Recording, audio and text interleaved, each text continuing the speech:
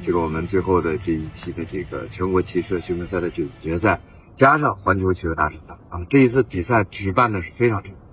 可以说是非常出圈，也让在社会上的很多曾经没有关注到骑射的人群呢，通过这次比赛看到这种运动，我觉得这个是非常非常有意义的啊。这真的是跟过去不一样。那过去，那我心想谁也别想赢我。我现在只要对，我觉得这样想挺好的。你看主打就是你必须得把我赢了。不是，我跟小朋友说，你过去，你将来打比赛，我们都不行了，我们早就打不了了。比如说，你这一把，你的第一个没有打好，就泄气儿吗？绝对不能泄气儿。谁知道后面会发生什么呢？对，原来都比较较真儿，就谁也别想赢我。但现在我更希望有更出色的运动员出现，把我打败啊，那就证明我们的这个骑射的这项运动有更多的人才涌入了。以现在我在骑射中心的这个责任来说，我是希望看到这样的景象气象的，因为确实是运动员会面临一个这个在役和退役的一个问题，所以我一直都很鼓励这些小朋友一定要好好训练，因为将来的赛场上肯定出现的身影更多是他们，我们呢更多是要做好这个相关的管理辅助的这些工作。现场所有的朋友们，再一次感谢大家来到中国，来到深圳观看我们的比赛，我们期待与您下一次相会。这一次全国骑射巡回总决赛及环球骑射大师赛的成功举办，对于中国骑射的未来发展其实有着非常重要的意义。首先我觉得是一种示范性的意义，因为这也是我们国内有史以来应该是举办的相对规模比较大的一次比赛之一了。我觉得对于未来我们举办相同类型的比赛，累积了这种非常宝贵的经验同时呢也建立了可以参考的赛制模式。比如说我们这一次设立了有青少年组、公开组，而且也有非常多种类型的这种竞赛项目，有国内的规则，也有国际的规则这些呢都是为骑射运动的这种规范化还有常态化奠定了非常坚实的基础。还有就是由我发起并参与的项目复原工作，光骑士在此次的比赛中也是被推动成为了正式的比赛项目，这也是意义非凡的，因为它填补了此前在国际骑射赛事中中国式项目的空白。因为是这样，在国际的骑射比赛中有很多种规则，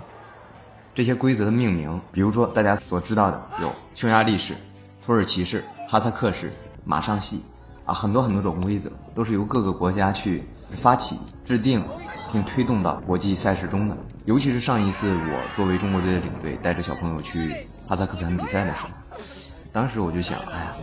为什么没有属于我们中国的比赛项目？所以我很想说在国际赛场上能够出现一个属于中国式的比赛项目。那么想要把一个新的项目推到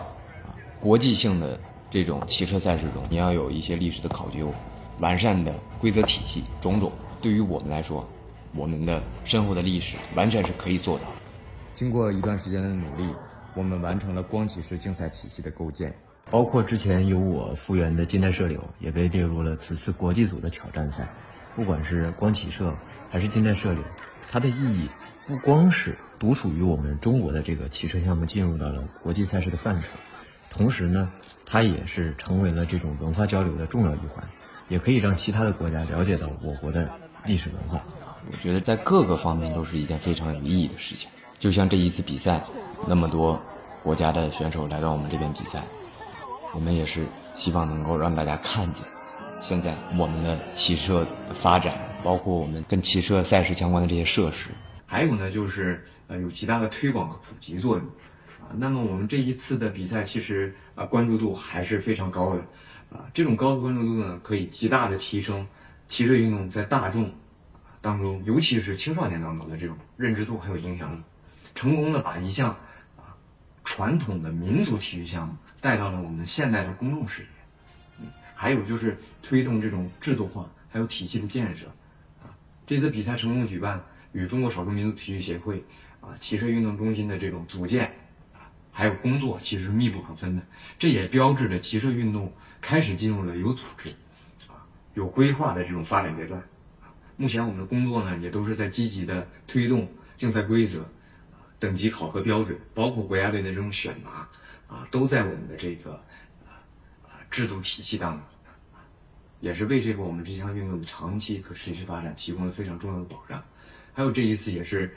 因为有很多国外特别优秀的选手的到来，也是一次文化上的交流。同时，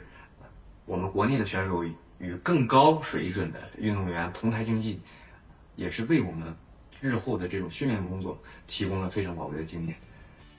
这一次比赛的圆满举办，离不开中国骑射运动中心所有同仁们的推动和努力。再次感谢长久为中国骑射事业发展辛勤付出的每一位伙伴和战友。未来希望我们能取得更多好成绩，不忘初心，砥砺前行，为中华优秀传统文化和骑射运动增光添彩。运动员呢能够训练出更好的成绩，将来在赛场上为国争光。好，谢谢。